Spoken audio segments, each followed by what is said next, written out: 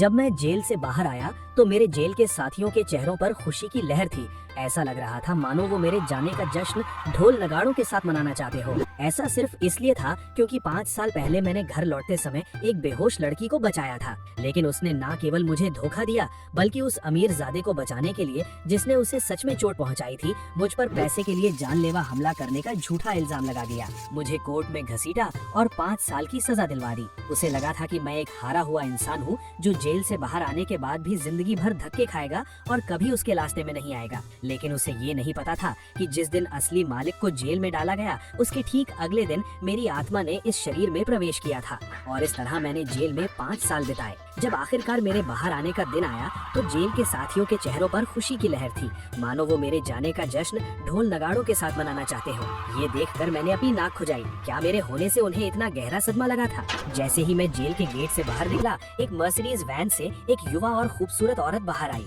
मैंने आंखें सिकोड़ कर उसे ऊपर से नीचे तक देखा। ये औरत कुछ ज्यादा ही खूबसूरत थी। हेलो मिस्टर लिन। उस औरत ने मेरे घूरने पर कोई ध्यान नहीं दिया बल्कि बहुत ही शांति से मेरे सामने खड़े होकर अपना हाथ आगे बढ़ा दिया। मैं शेन रुऑक्सी हूँ, आपसे मिलकर खुशी हुई। ब्यूटी, क्या तुम श्योर हो कि हम एक दूसरे को जानते हैं? शेन रुऑक्सी के खूबसूरत चेहरे को घूरते हुए मैंने अपना हाथ आगे नहीं बढ़ाया। लिन फेंग 22 साल, तियान्यू का दानव, फोर्ब्स की लिस्ट में देश का सबसे अमीर आदमी। वो अपनी बेटी की शादी तुमसे करना चाहता था ताकि तुम उसकी सारी दौलत के वारिस बन सको, लेकिन तुमने उसकी बेटी को ये कहकर ठुकरा दिया कि उसकी टांगे छोटी हैं और छाती चपटी है और उसके घर की दौलत तुम्हारे खर्चों के लिए काफी नहीं है। दुनिया का सबसे बेहतरीन कातिल सिर्फ इसलिए मारा गया क्योंकि उसने भीड़ में तुम्हें घूर कर देखा था। तुमने उसे एक ही थप्पड़ में उड़ा दिया जिससे उसकी लगभग मौत ही हो गई। शेन रुऑक्सी ने एक ही सांस में बिना कोई गलती किए ये सब कह डाला। अगर मुझे अपने इंटेलिजेंस नेटवर्क पर पूरा भरोसा ना होता तो मैं कभी यकीन नहीं कर पाती कि तुम वही इंसान हो जो जेल जाने से पहले थे। तुम्हारी इस डिटेल्ड इन्वेस्टिगेशन के बाद अगर तुमने मुझे कोई संतोषजनक जवाब नहीं दे पाई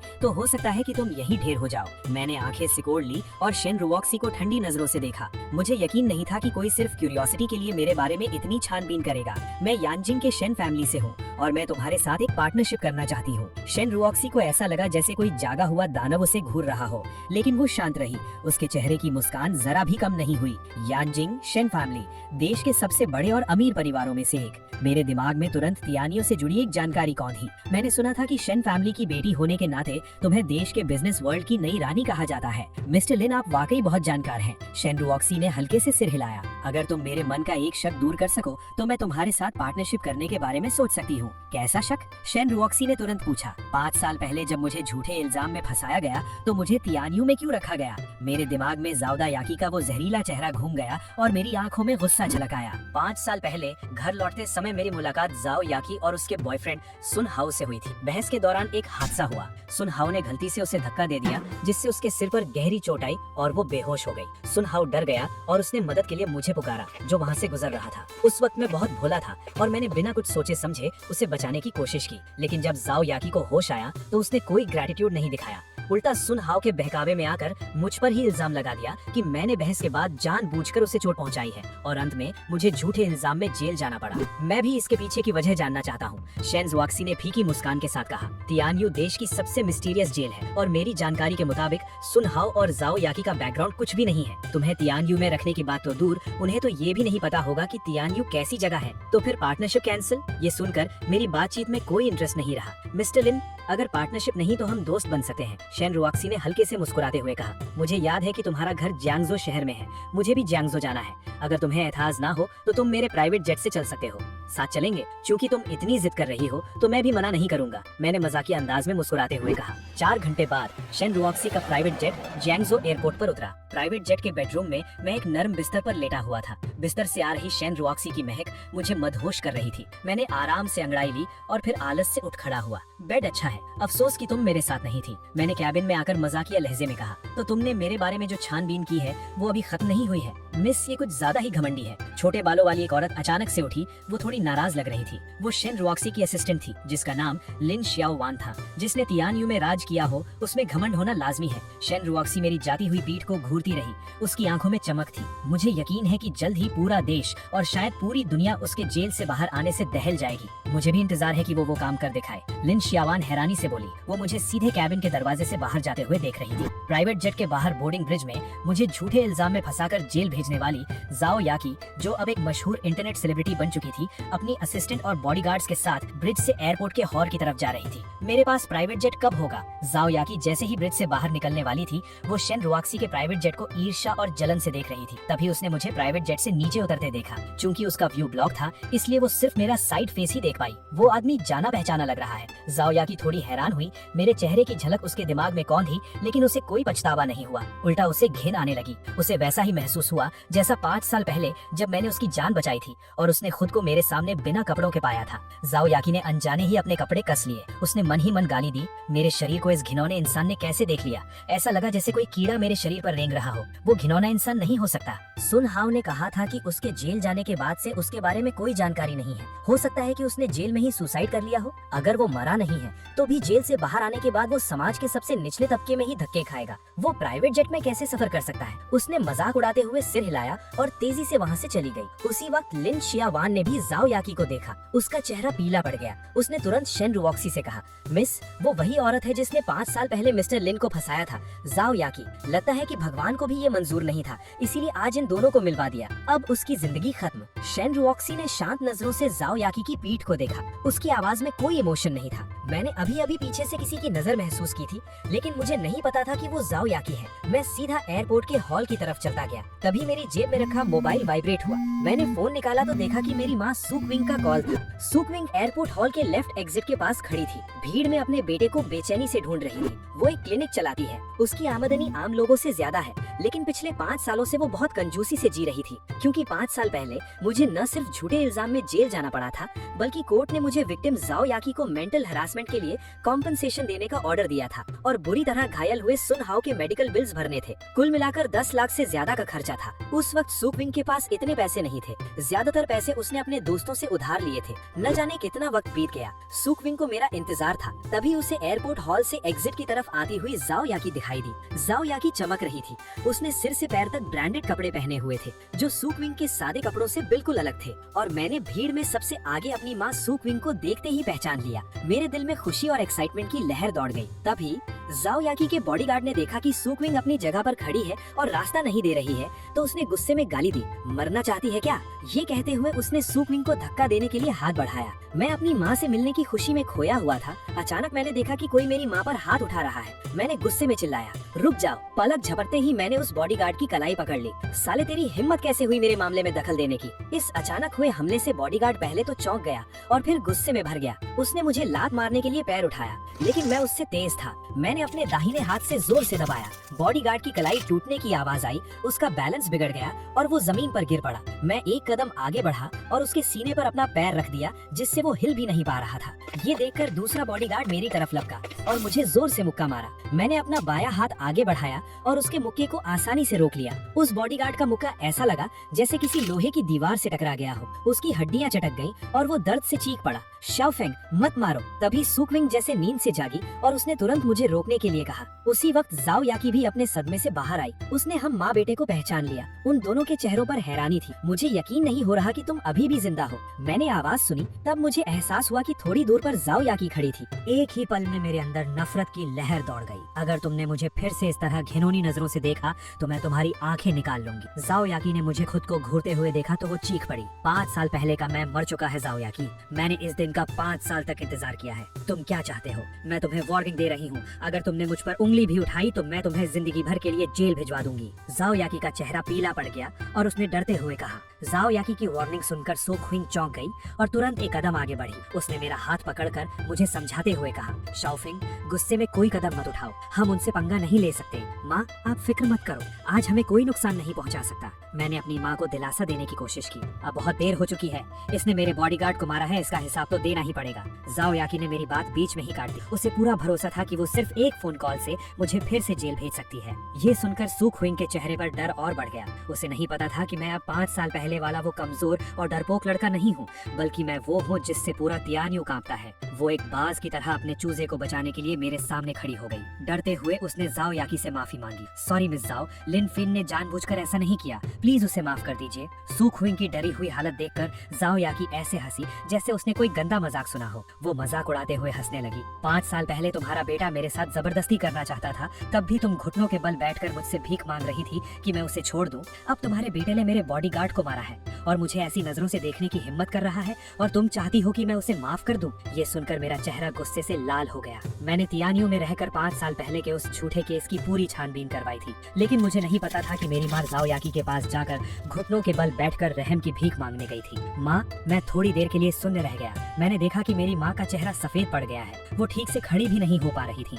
मैंने तुरंत उसे संभाला। दूसरी तरफ जाओ याकी को लगा कि उसने मेरी कमजोरी पकड़ ली है। उसका घमंड और भी बढ़ गया। घिनौने आदमी, तुम्हारी माँ चाहती है ना कि मैं तुम्हें छोड़ दूं, तो तुम और तुम्हारी माँ अभी मेरे सामने घुटने टेक कर खुद को 10 थप्पड़ मारो और मुझसे माफी मांगो और वादा करो कि आगे से अपना मुंह बंद रखोगे, तब शायद मैं तुम्हें बख्शने के बारे में सोच सकती हूँ। मैंने जाओ याकी को एक जोरदार थप्पड़ रसीद किया। उसका चेहरा तुरंत लाल होकर सूज गया। वो हैरानी से मुझे घूरने लगी। शाओ फेंग सूख हुई सन्न रह गई। उसे उम्मीद नहीं थी कि मैं अपने गुस्से पर काबू नहीं रख पाऊंगा और जाओ याकी को थप्पड़ मार दूंगा। जाओ याकी को तो बिल्कुल भी यकीन नहीं हो रहा था। वो किसी ऐसी बिल्ली की तरह उछल पड़ी जिसकी पूंछ पर किसी ने पैर रख दिया हो। वो पूरी तरह से भड़क गई। तेरी हिम्मत कैसे हुई मुझे मारने की? मैं पलट कर उसे एक और थप्पड़ मारा, जिससे जाओ याकी जमीन पर गिर पड़ी। मैं एक कदम आगे बढ़ा, जाओ याकी के चेहरे पर अपना पैर रखा और ठंडे स्वर में कहा, अभी मेरी माँ से माफी मांगो। जैसे ही मेरे शब्द खत्म हुए, मेरे अंदर से जानलेवा इरादे भड़क उठे, मानो कोई खून की प्यासी तलवार म्यान से बाहर आ गई हो, जिससे आसपास खड़े लोग डर के मारे कांपने लगे। जाओ याकी को लगा जैसे मौत उसके सामने खड़ी है। उसका शरीर डर से कांपने लगा। सॉरी आंटी, मेरी गलती थी, प्लीज मुझे मत मारो। जाओ याकी, ये तो बस ब्याज है तुम्हारे गुनाहों का। याद रखना जो मैंने कहा था, मैं जल्द ही तुम्हारे पास आऊंगा। उस झूठे केस से जुड़ा हर एक इंसान, कोई भी बच नहीं पाएगा। जाओ याकी पूरी तरह से डर चुकी थी। उसका दिमाग सुन्न हो गया था। वो एक मुर्गी की तरह बार बार सिर हिला रही थी। मैंने और बात नहीं की। मैंने डर के मारे पेशाब कर चुकी जाओ याकी को छोड़ा और अपनी माँ सू किंग को सहारा देते हुए वहाँ से चला गया। जाओ याकी की असिस्टेंट, मेकअप आर्टिस्ट और बॉडीगार्ड्स लकड़ी के खंबे की तरह चुपचाप खड़े रहे। जब मैं सू किंग को लेकर दूर चला गया, तब जाकर वो लोग जाओ याकी को उठाने के लिए आगे आए। जाओ याकी को उसके बॉडीगार्ड्स ने उठाया। वो ऐसे लग रही थी जैसे कोई बुरा सपना देखकर उठी हो। उसके चेहरे पर अभी भी खौफ था। मिस जाओ, आप ठीक तो हैं? एक बॉडीगार्ड ने ये देखकर पूछ ही लिया। जाओ याकी ने खाली नजरों से बॉडीगार्ड को देखा और फिर उसे अपने चेहरे पर हो रहे भयानक दर्द का एहसास हुआ। वो टूट कर चिल्लाने लगी, उसने मुझे इतना मारा है और तुम पूछ रहे हो कि मैं ठीक हूँ या नहीं? तुम दोनों नकारा लोग एक घिनौने आदमी को भी नहीं संभाल सके। मैं तुम लोगों पर पैसे क्यों बर्बाद कर रही हूँ? मिस जाओ, हम नकारा नहीं है। वो आदमी बहुत ताकतवर है। मैंने उसके हाथ पर मुक्का मारा और मेरे हाथ की हड्डी टूट गई। तो क्या हुआ अगर वो ताकतवर है? ये कानून का देश है। मैं उसे जिंदगी भर के लिए जेल में सड़ा दूंगी। वो कभी बाहर नहीं आ पाएगा। उसने लिन फेंग की बातों पर बिल्कुल भी ध्यान नहीं दिया, बल्कि बदले की आग में जलने लगी। दूर से सू किंग ने जाओ याकी की पागलों जैसी चीखें सुनी तो उसका चेहरा पीला पड़ गया। उसने डरते हुए पूछा, शाओ फेंग, तुमने उसे मारा है। अगर उन्होंने पुलिस को बुलाकर तुम्हें गिरफ्तार करवा दिया तो क्या होगा?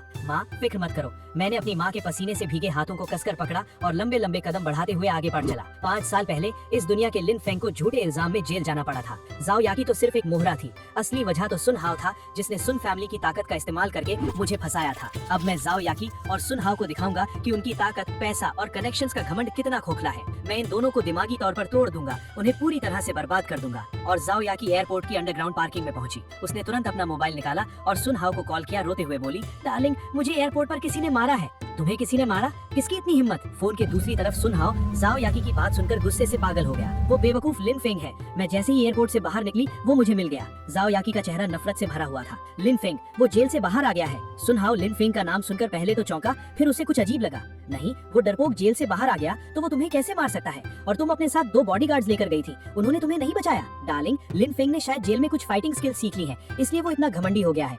जाओ याकी ने दांत पीसते हुए कहा, मेरे वो दोनों बॉडीगार्ड्स उसे हरा नहीं सके, और जब वो मुझे मार रहा था तो उनमें मुझे बचाने की हिम्मत भी नहीं थी। वो तो एक शब्द भी नहीं बोल पाए। मैं गुस्से से पागल हो रही हूँ। क्या तुम्हें बहुत चोट आई है? सुन हाव ने चिंता से पूछा। डार्लिंग, उस कमीने ने मुझे 2 थप्पड़ मारे, मेरे बाल खींचे, मेरा सिर पकड़कर उस बुढ़िया के सामने मुझे घुटने टेकने पर मजबूर कर दिया। जाओ याकी रोते हुए बता रही थी। तभी उसके माथे पर तेज दर्द हुआ। मेरा चेहरा सूज गया है और मेरा माथा भी फट गया है। तुम्हें मेरा बदला लेना होगा, उसे इसकी कीमत चुकानी होगी। मैंने उसे जेल में मरने नहीं दिया, यही उस पर मेरी सबसे बड़ी मेहरबानी थी। वो जेल से बाहर आ गया है और फिर भी तुम्हें मारने की हिम्मत कर रहा है।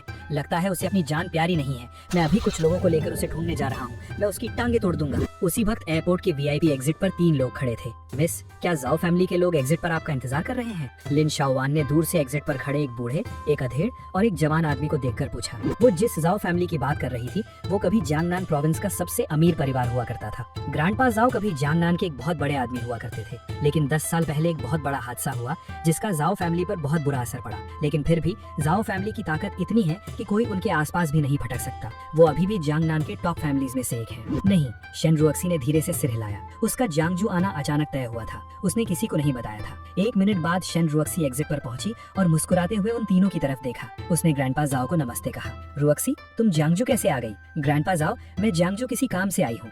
शेन रुओक्सी ने यूं ही एक बहाना बना दिया और फिर जानबूझकर पूछा, मुझे हैरानी है, ऐसा कौन है जिसके लिए आप खुद एयरपोर्ट आए हैं? एक नौजवान दोस्त, ग्रैंडपा जाओ ने गोलमोल जवाब दिया। आप लिनफिंग की बात कर रहे हैं ना? शेन रुओक्सी ने मुस्कुराते हुए पूछा। तुम्हें कैसे पता? ग्रैंडपा जाओ थोड़े हैरान हुए। वो मेरे प्राइवेट जेट से जियांगजू आया है, शेन रुओक्सी ने बताया। अच्छा, तो ये बात है। ग्रैंडपा जाओ की आंखों में एक चमक आ गई। उन्हें लगा कि शेन रुओक्सी और लिनफिंग के बीच कोई गहरा रिश्ता है। उन्होंने तुरंत कहा, रुओक्सी, सच कहूँ तो वो नौजवान दोस्त मेरी जान बचाने वाला है। उसने तियानयू में मेरी जान बचाई थी। ग्रैंडपा जाओ के पीछे खड़ा वो अधेड़ आदमी जो जाओ ग्रुप का हेड था और उसके पास खड़ा जाओ फैमिली का बड़ा बेटा, दोनों ये सुनकर हैरान रह गए। हालांकि उन्हें ग्रैंडपा जाओ से पता चल गया था कि लिनफिंग नाम का वो नौजवान बहुत ताकतवर है, लेकिन उन्हें ये उम्मीद नहीं थी कि लिनफिंग इतना ताकतवर है कि शेन रुओक्सी खुद उसे जेल से लेने जाएगी और उसे अपने प्राइवेट जेट से जियांगजू तक छोड़कर आएगी। ये याद रखना होगा कि जाओ फैमिली के सबसे अच्छे दिनों में भी ग्रैंडपा जाओ को छोड़कर, जो उस वक्त सबसे ताकतवर थे, जाओ फैमिली के किसी भी इंसान को शेन फैमिली के घर में कदम रखने की इजाजत नहीं थी।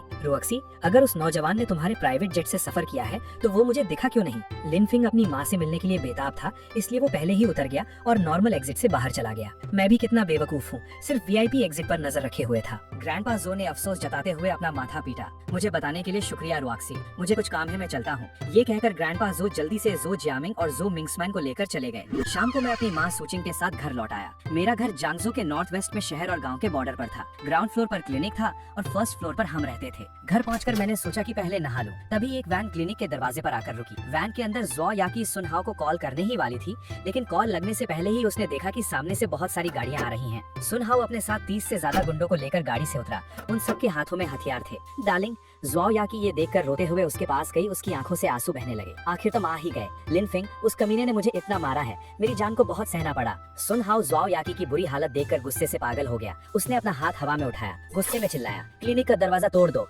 आज लिनफिंग को इसकी कीमत चुकानी ही पड़ेगी। जी बॉस। गुंडे के लीडर ने तुरंत आदेश माना और फिर अपने पीछे खड़े एक आदमी के हाथ से लकड़ी का डंडा लेकर क्लिनिक के शीशे के दरवाजे पर जोर से मारा। क्लिनिक का शीशे का दरवाजा टूटकर बिखर गया। सब कुछ तोड़ दो और फिर उस कमीने को नीचे घसीट कर लाओ। अगर उसने विरोध किया तो उसे सीधा जान से मार दो। बॉस का यही ऑर्डर है। गुंडे 2 ग्रुप में बट गए। एक ग्रुप ग्राउंड फ्लोर के क्लिनिक में तोड़फोड़ करने लगा और लीडर बाकी लोगों को लेकर मुझे पकड़ने के लिए ऊपर जाने लगा। लेकिन जैसे ही वो सीढ़ियों के पास पहुंचे, उन्होंने मुझे सीढ़ियों पर खड़े देखा। ये देखकर लीडर और बाकी लोग चौंक गए और अपने आप ही उनके कदम रुक गए। लिनफिंग, तू तो बहुत बड़ा फाइटर बनता है ना, चल लड़, आज देखते हैं कि तू कितनों से लड़ सकता है। लिनफिंग, अगर अकलमंदी है तो खुद नीचे आ जा ताकि हमें मेहनत न करनी पड़े। इसकी टांगे तोड़ दो और इसे याकी के सामने घुटनों के बल बैठकर माफी मांगने पर मजबूर करो। लीडर ये ऑर्डर देकर सीढ़ियों पर चढ़ने ही वाला था। मैंने सोचा था कि मैं अपनी माँ के साथ आराम से खाना खाकर फिर तुम लोगों से हिसाब बराबर करने आऊंगा, लेकिन तुम लोग खुद अपनी मौत के कुएं में कूद पड़े। मैंने ठंडे स्वर में कहा और एक भूत की तरह तेजी से पलक झपकते ही लीडर के सामने पहुंच गया। अच्छा है, अब मुझे तुम लोगों को ढूंढने नहीं जाना पड़ेगा। मैंने एक हाथ से लीडर की गर्दन पकड़ ली।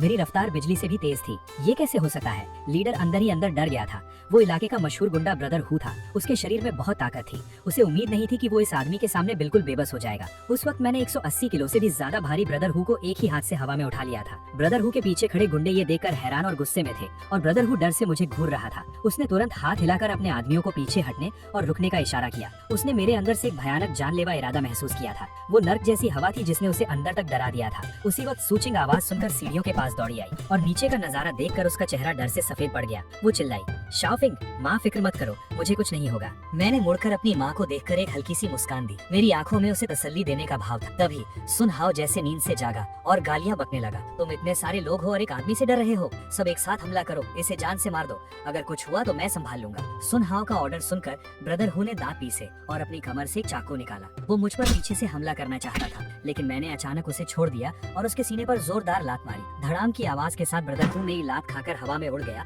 और फिर मैं एक छलांग लगा जाकर सीढ़ियों से नीचे कूद गया। धमाकों की आवाज के साथ वो गुंडे एक एक करके ऐसे जमीन पर गिरने लगे जैसे कटी हुई फसल गिरती है। सिर्फ 30 सेकंड में क्लिनिक के ग्राउंड फ्लोर पर सिर्फ सुनहाओ और जाओ याकी ही खड़े थे। सुनहाओ और जाओ याकी मुझे ऐसे घूर रहे थे जैसे उन्हें अपनी आंखों पर यकीन ही नहीं हो रहा हो। क्या ये सच में इंसान है? उन दोनों के शरीर डर से कांप रहे थे। अब तुम दोनों की बारी है, मैंने ठंडे स्वर में कहा और सीधा सुनहाओ और जाओ याकी की तरफ बढ़ा। लिमफेंग, मैं मानता हूँ कि मुझे उम्मीद नहीं थी कि 5 साल जेल में रहने के बाद तुम इतने बड़े फाइटर बन गए हो। सुनहाओ हालांकि बहुत डर गया था, लेकिन वो शांत दिखने की कोशिश कर रहा था। उसने अपनी ताकत का रौब दिखाने की कोशिश की, लेकिन तुम्हारे लड़ने से क्या होता है? इस दुनिया में ताकत और पैसे की ही चलती है। 5 साल पहले मैं सच को झूठ साबित करके तुम्हें जेल भिजवा सकता था और आज मैं एक फोन कॉल से तुम्हें जिंदगी भर के लिए जेल में सड़ा सकता हूँ। जब उसने देखा कि मैं कुछ नहीं बोल रहा हूँ तो उसका हौसला और बढ़ गया। तुम अभी अपनी माँ को लेकर हमारे सामने घुटने टेको और अपनी गलती मानो, मेरे लोगों के इलाज का खर्चा दो, तो हो सकता है कि मैं हमारे स्कूल के दिनों की दोस्ती को याद करके तुम्हारी जान बख्श दूं। मैं सुनहाओ के सामने गया और अपना हाथ उसके सर पर रख दिया।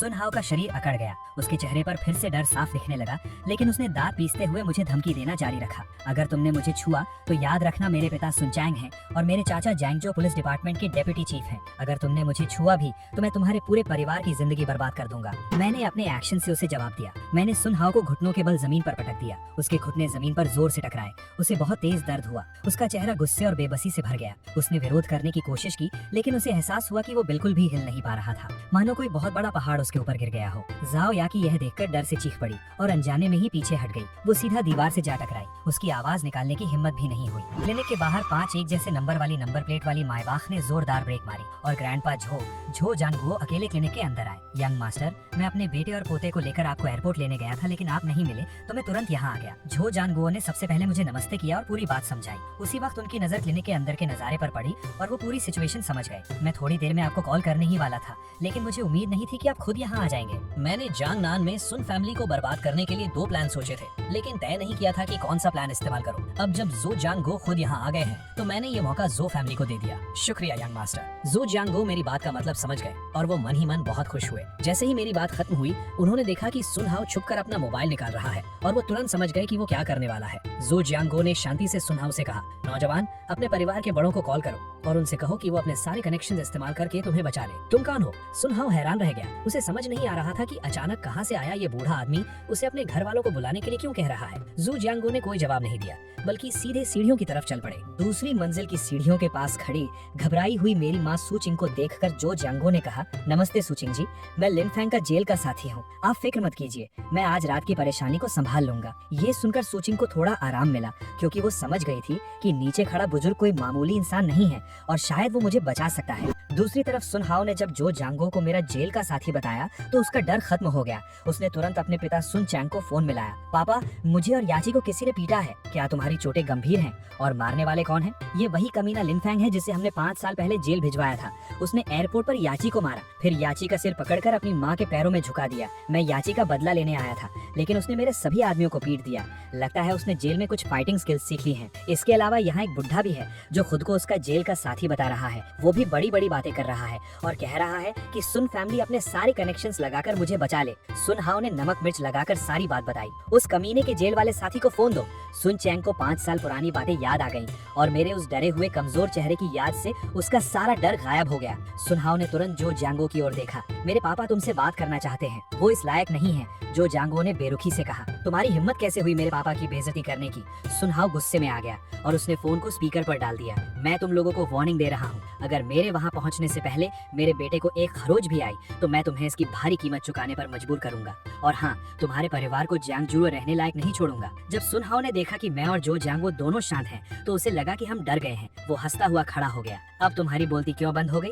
अब डर लग रहा है ना? जल्दी से मुझे छोड़कर घुटनों के बल माफी मांगो, तो शायद मैं तुम्हें छोड़ दूं। मैंने सुनहाओ की बात बीच में ही काट दी और ठंडी नजरों से उसे देखते हुए कहा, तुम्हारे बाप के यहाँ पहुँचने से पहले अगर तुम खड़े हुए तो मैं तुम्हारी टांगे तोड़ दूंगा। फिर मैंने जिया याची की तरफ देखा, और तुम भी घुटनों के बल बैठ जाओ। ठीक है, तुम बहुत बड़े 30 मार हाँ हो। सुनहाओ मुझसे बहस करने की हिम्मत नहीं जुटा पाया और घुटनों के बल बैठ गया, लेकिन उसका दिल नफरत से भरा था। जिया याची भी मजबूरी में घुटनों के बल बैठ गई, मन ही मन प्रार्थना करते हुए कि सुन चैंग जल्दी आकर उन्हें बचा ले। वो चिल्लाई, लिनफेंग, मेरे ससुर का परिवार करोड़ों का मालिक है और मेरे ससुर के भाई जियांगजू पुलिस डिपार्टमेंट के डेप्यूटी चीफ हैं। जब मेरे ससुर यहाँ आएंगे तो मैं बताऊंगी। मैंने उसकी बात पर ध्यान नहीं दिया। जो जियांगो ने जिया याची को ऐसे देखा जैसे कोई मरने वाला इंसान देखता है। 40 मिनट बाद सुन चैंग 3 बॉडीगार्ड्स के साथ क्लिनिक की ओर भागता हुआ आया, लेकिन रास्ते में उसने सामने खड़ी माईबैक कार देखी और चौंक कर रुक गया। उसे माईबैक कार से नहीं बल्कि उस पर लगी 5 VIP नंबर्स वाली नंबर प्लेट से हैरानी थी। उसका डर बढ़ गया, लेकिन वो खुद को संभालते हुए मुस्कुराहट के साथ माईबैक कार की तरफ बढ़ा।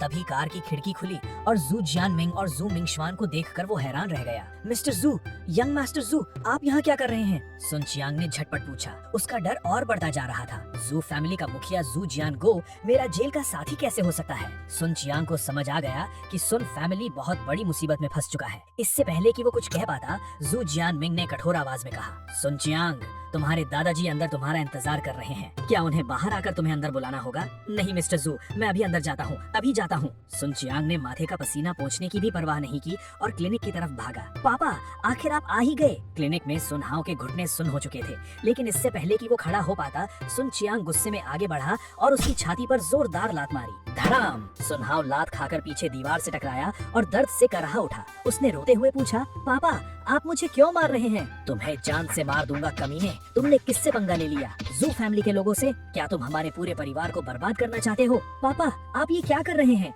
सुन हाओ अपना सिर पकड़कर रोने लगा। उसे समझ नहीं आ रहा था कि उसके पिता अचानक इतने गुस्से में क्यों हैं। अंकल, लिम फिंग ने पहले हम पर हमला किया था और उसने हमें घुटनों के बल बैठने के लिए मजबूर किया। तभी जाओ याकी खड़ी हो गई। वो भी पूरी स्थिति को नहीं समझ पा रही थी और अपनी सफाई देने लगी। जवाब में सुन चियांग ने उसे एक जोरदार थप्पड़ मारा। चुप रहो, तुम मनहूस औरत हमारे सुन फैमिली को बर्बाद कर दोगी। सुन हाओ कुछ कहने ही वाला था, लेकिन जब उसने देखा कि उसके पिता जू जियानगो को गर्व भरी नजरों से देख रहे हैं, तो उसे कुछ समझ आया और उसने अपनी जुबान बंद कर ली। तभी जू जियानगो ने त्योरियां चढ़ाते हुए पूछा, क्या तुम्हारा नाटक खत्म हो गया? सुन चियांग ये सुनकर चौंक गया और तुरंत घुटनों के बल गिर पड़ा। उसने जू जियानगो और मेरे सामने माथा टेकना शुरू कर दिया। माफ कर दीजिए मिस्टर जू, मिस्टर लिम, मेरी गलती है कि मैंने अपने बेटे को ठीक से नहीं सिखाया। मैं आपकी हैसियत नहीं पहचान पाया। कृपया हम पर रहम कीजिए और सुन फैमिली को बख्श दीजिए। अभी माथा मत टेको। क्या तुम फोन पर बहुत घमंड नहीं दिखा रहे थे? तुमने कहा था कि तुम मुझे और मेरे यंग मास्टर को इसकी कीमत चुकाने पर मजबूर कर दोगे और हमारे परिवार को चैन से नहीं जीने दोगे। सुन चियांग डर से कांपने लगा और खुद को 2 जोरदार थप्पड़ मारे। मिस्टर जू, मेरी गलती थी, मैं बेवकूफ था, मुझे ऐसी बातें नहीं कहनी चाहिए थी। कृपया मुझे माफ कर दीजिए। इतना कहने के बाद उसने डरते हुए जू जियानगो की ओर देखा, अपने आखिरी फैसले का इंतजार करते हुए। माफ कर दीजिए मिस्टर जू, मुझे नहीं पता था कि आप हैं। अगर मुझे पता होता तो मैं कभी ऐसी हिम्मत नहीं करता। सुन चियांग माथा टेकता रहा, यहाँ तक कि उसके माथे से खून निकलने लगा। सन हाओ और जाओ याकी ये देखकर चौंक गए। जांगजू और पूरे जियांगनान में जो नाम के बहुत से लोग थे, लेकिन एक ही ऐसा परिवार था जो सन चियांग को इतना डरा सकता था, वो था जो फैमिली। जो जियांगुओ ने मुझसे पूछा, यंग मास्टर, क्या मैं इस मामले को संभालूं? हाँ, लेकिन मिस्टर जो, मेरी एक आदत है, मैं जब किसी को कुचलता हूँ तो उसे पूरी तरह से कुचल देता हूँ ताकि वो कभी ना उठ सके। सन चियांग पूरी तरह घबरा गया और दया की भीख मांगने लगा। मिस्टर लिन, मैं अपने बेटे की तरफ से माफी मांगता हूँ। आपके क्लिनिक को हुए नुकसान के लिए मैं 1 करोड़ नहीं 10 करोड़ दूंगा। आप जो चाहे मांग लीजिए, बस हमारे सन फैमिली को छोड़ दीजिए, हम कुछ भी देने को तैयार हैं। मैंने उसकी बात अनसुनी कर दी। जो जियांगुओ ने अपना फोन निकाला और कुछ कॉल्स करने लगे। उनका पहला कॉल उनके एक पुराने शागिर्द को था जो पिछले 10 सालों में बहुत ऊंचे ओहदे पर पहुंच चुका था और जियांगनान के सबसे ताकतवर लोगों में से एक था। जो जियांगुओ ने उसे सन हाओ द्वारा क्लिनिक में की गई तोड़फोड़ के बारे में बताया और उसने वादा किया कि पुलिस इस मामले को सख्ती से संभालेगी। फोन काटने के बाद जो जियांगुओ ने अपने एक और शागिर्द को फोन किया और उसे बताया कि सन ग्रुप टैक्स चोरी कर रहा है और उन्होंने बैंक से बड़े पैमाने पर लोन का घपला किया है। उस अफसर ने तुरंत बैंक और टैक्स डिपार्टमेंट से जांच कराने का वादा किया। फिर जो जियांगुओ ने तीसरा फोन मेबैक कार में बैठे जो जियांगमिंग को किया। इस बार उनका लहजा हुक्म देने वाला था। कानूनी मामले संभालने के बाद जो ग्रुप की सारी ताकत लगाकर सन हाओ के बिजनेस को बर्बाद कर दो, उसे पूरी तरह से दिवालिया कर दो। ये 3 कॉल्स सुनकर सन चियांग जमीन पर गिर पड़ा। वो जानता था कि जो जियांगुओ के ये 3 कॉल्स जियांगजू से सन फैमिली का नाम और निशान मिटाने के लिए काफी है। सन चियांग पूरी तरह टूट चुका था, लेकिन मुझे देखकर उसे लगा जैसे मैं उसकी आखिरी उम्मीद हूँ। उसने सन हाओ और जाओ याकी पर गुस्सा किया। हरामजादो, तुम दोनों अभी जाकर मिस्टर लिन से माफी क्यों नहीं मांगते? सन चियांग की बात सुनकर सन हाओ ने तुरंत मेरे सामने घुटने टेक दिए। मुझे माफ कर दीजिए मिस्टर लिन, मैं अंधा था, मैं माफी मांगता हूँ, कृपया हमें जाने दीजिए। जाओ याकी भी डर से कांपते हुए माफी मांगने लगी। मिस्टर लिन, मुझे माफ कर दीजिए, मुझे आप पर झूठे इल्जाम में नहीं फंसाना चाहिए था, मुझे आप पर हमला नहीं करना चाहिए था, कृपया मुझे माफ कर दीजिए। इस बार मैं सन हाओ और जाओ याकी की माफी को अनदेखा करते हुए जो जियांगुओ से बोला, मिस्टर जो, 5 साल पहले मुझे इस मनहूस कपल ने झूठे इल्जाम में फंसाया था। इस मामले में शामिल कोई भी इंसान बचना नहीं चाहिए। फिक्र मत कीजिए यंग मास्टर, मैंने उस मामले की पूरी जांच करवा ली है। मैं वादा करता हूँ कि इस साजिश में शामिल हर इंसान जेल जाएगा। ये सुनकर सन हाओ और जाओ याकी बेजान कुत्तों की तरह जमीन पर गिर पड़े। कुछ देर पहले उन्होंने मेरी बातों को मजाक समझा था और अपनी ताकत और दौलत का रौम झाड़ते हुए मुझे जिंदगी भर के लिए जेल भिजवाने उड़वाने की धमकियां दी थी, लेकिन अब जो जियांगुओ ने उनकी सारी ताकत एक पल में खत्म कर दी थी और उनके पास बचने का कोई रास्ता नहीं था। शुक्रिया मिस्टर जो। यंग मास्टर, आप ऊपर जाकर आराम कीजिए। जब सब कुछ निपट जाएगा मैं ऊपर आकर आपसे मिलूंगा। मैंने सिर हिलाया और ऊपर चला गया। अपनी घबराई हुई माँ सुकिंग से मैंने कहा, माँ चलो खाना खाते हैं। सुकिंग पूरी तरह भ्रमित थी। उसे समझ नहीं आ रहा था कि क्या हुआ, लेकिन वो मेरे साथ डाइनिंग रूम की ओर चल दी। शाओफेंग, हम ऊपर खाना खा रहे हैं और वो लोग नीचे ये सब संभाल रहे हैं, ये ठीक नहीं लगता। सुकिंग ने चिंता जताते हुए कहा, माँ वो खुद ये सब करना चाहते हैं तो वो ऐसे अच्छी तरह संभाल लेंगे, आप चिंता मत कीजिए, बस खाना खाइए। मैंने मुस्कुराते हुए कहा, ग्रैंडपा जो आपकी इतनी मदद क्यों कर रहे हैं? सुकिंग ने आखिरकार अपना सवाल पूछ ही लिया।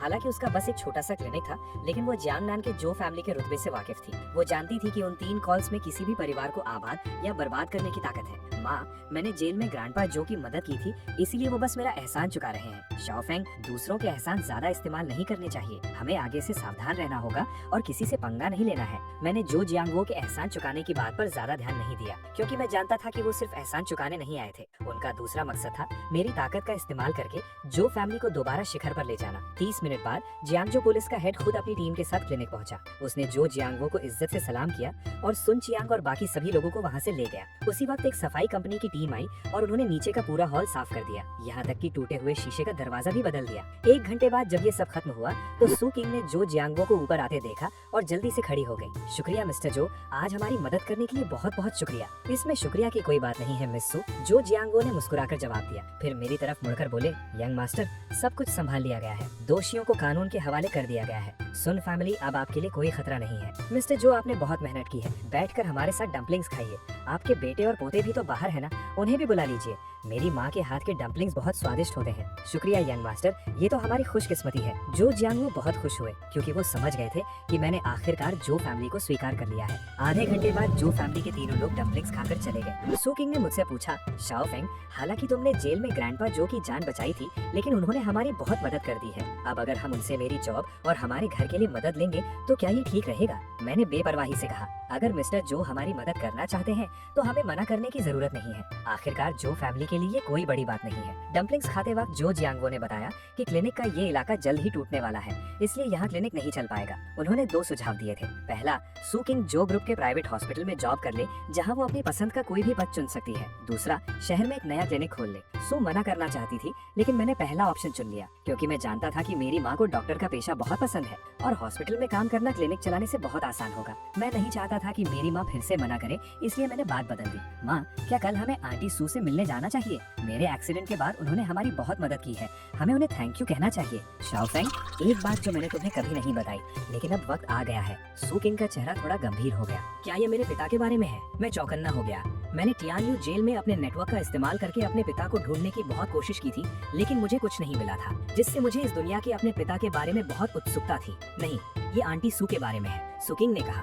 मैंने हामी भरी। मैंने तुम्हें बताया था कि मैं और आंटी सू कॉलेज के दोस्त हैं। जब हम अपने आखिरी साल में थे तो उनकी माँ बहुत बीमार पड़ गई थी। मैंने उनके इलाज के लिए एक अच्छा डॉक्टर ढूंढा था और वो ठीक हो गई थी। आंटी सू इस बात के लिए बहुत एहसानमंद थी और हमने एक प्रॉमिस किया था। कैसा प्रॉमिस? मैंने उत्सुकता से पूछा। हमने तय किया था कि अगर हमारे बच्चे अलग अलग जेंडर के हुए तो हम उनकी शादी करवा देंगे। तुम्हारी और आंटी सू की बेटी लिन वांगचिंग की सगाई हो चुकी है। शियाओफिंग, जब तुम पैदा हुए थे और तुम्हारे पिता हमारे साथ नहीं थे, तब मैंने आंटी सू से सगाई तोड़ने के लिए कहा था, लेकिन वो नहीं मानी। सुकिंग ने गहरी सांस ली। फिर मैंने सोचा कि तुम दोनों अभी बच्चे हो, इसलिए कॉलेज जाने के बाद हम इस बारे में सोचेंगे। लेकिन 4 साल पहले जो तुम्हारे साथ हुआ, उसके बाद वांगचिंग ने दुनिया के सबसे अच्छे फैशन कॉलेज से पढ़ाई पूरी की और अरमानी के चीफ डिजाइनर के साथ इंटर्नशिप भी की। अब उसने जियांगजो वापस आकर अपनी खुद की कपड़ों की कंपनी शुरू कर दी है। सुकिंग की आवाज में थोड़ा पछतावा था। हमारे परिवार और आंटी सू के परिवार में पहले से ही बहुत अंतर था और 4 साल पहले के उस हादसे के बाद जब तुम 5 साल जेल में रहे, जबकि वांगचिंग बहुत कामयाब हो गई है, तुम दोनों के बीच का अंतर बहुत बढ़ गया है।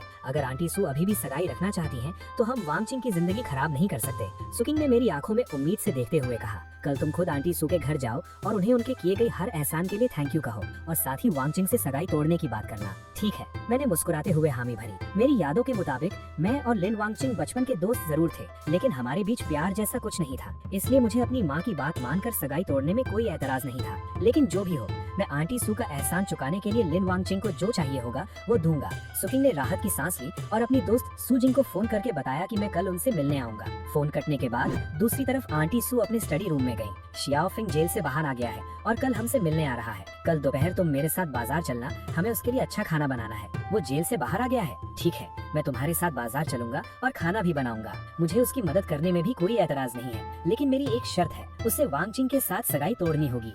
सुवेई ने कहा। सुवेई, तुम्हारा क्या मतलब है? मेरा मतलब बिल्कुल साफ है। लिन फिंग हमारी बेटी के लायक नहीं है। एक जेल से लौटा इंसान हमारी वांगचिंग के लायक कैसे हो सकता है? तुम कितने मतलबी हो। हाँ, मैं मतलबी हूँ, लेकिन मैं अपनी बेटी की भलाई के लिए सोच रहा हूँ। मम्मी पापा प्लीज लड़ना बंद कीजिए। तभी लिन वांगचिंग स्टडी रूम में आ गई। मेरे और लिन फेंग की सगाई के बारे में मेरा अपना प्लान है। कैसा प्लान? दोनों ने एक साथ पूछा। मैं खुद से सगाई नहीं तोड़ूंगी। ठीक है वांगचिंग, मैं तुम्हारे साथ हूँ, सूजिंग खुशी से बोली, जबकि सुवेई चौंक कर खड़ा हो गया। वांगचिंग, तुम अपनी माँ की तरह बेवकूफी क्यों कर रही हो? वो सिर्फ एक जेल से लौटा अपराधी है, वो तुम्हारे लायक नहीं है। पापा, आपको पता है कि लिन फेंग अभी अभी जेल से बाहर आया है। अगर हम अभी सगाई तोड़ देंगे तो उस पर क्या असर पड़ेगा?